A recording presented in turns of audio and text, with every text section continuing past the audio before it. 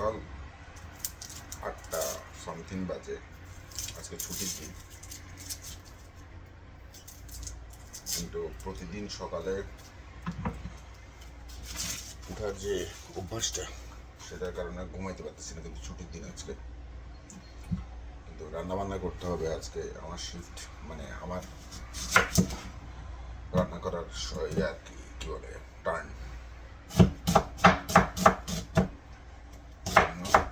এখন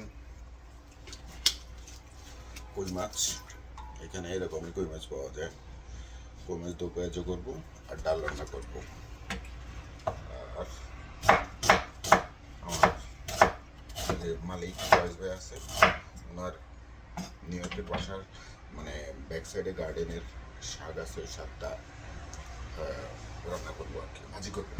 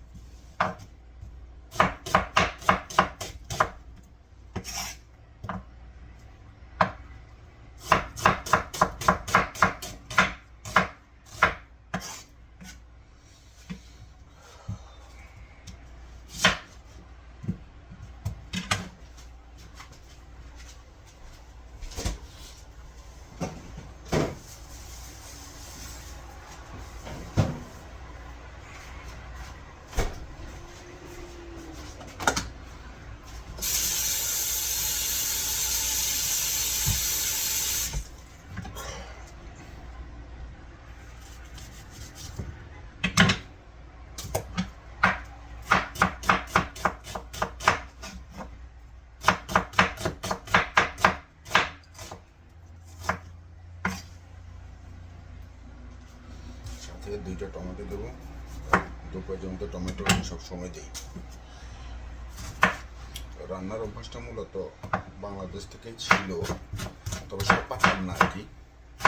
শুধু মুরগি রান্না করতে পারতাম, মুরগির ঝাল খাই, আমার সার্কেলের মধ্যে অনেক বেশি হয়েছে। আমি শুধু মুরগি রান্না করতে পারতাম। এখন মাংস সব কিছুই, মোটামুটি বিরিয়ানি সব কিছুই করতে পারি। আসলে মানুষের চিপায় করলে যায় আর কি। এই জন্য প্রবাসে আসার পরে মোটামুটি রান্নাবান্নার সকল আইটেম, মোটামুটি কিছু আইটেম আছে আগে তরকারি রান্না করতে পারতাম না, যেমন শাক ভাজি, যে কোনো তরকারি আর কি রান্না করতে, কিন্তু এখন মোটামুটি ইনশাআল্লাহ পারি।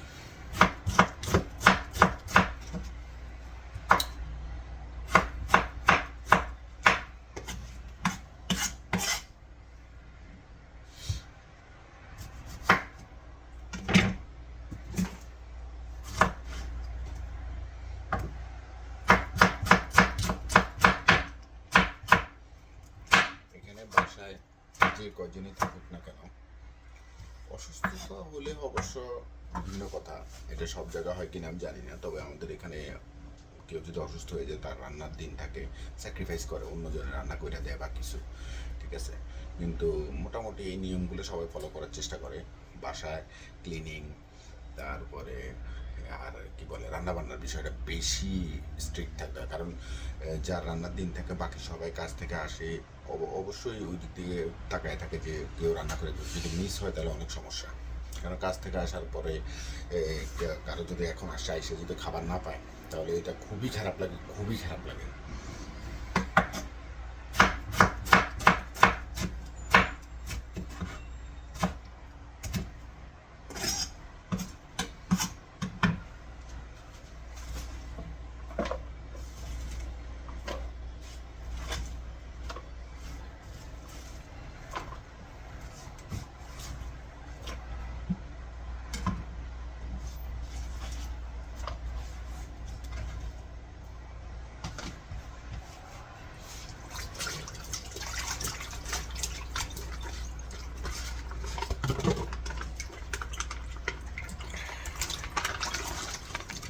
আচ্ছা ঠিক আছে, রান্না করতে থাকি।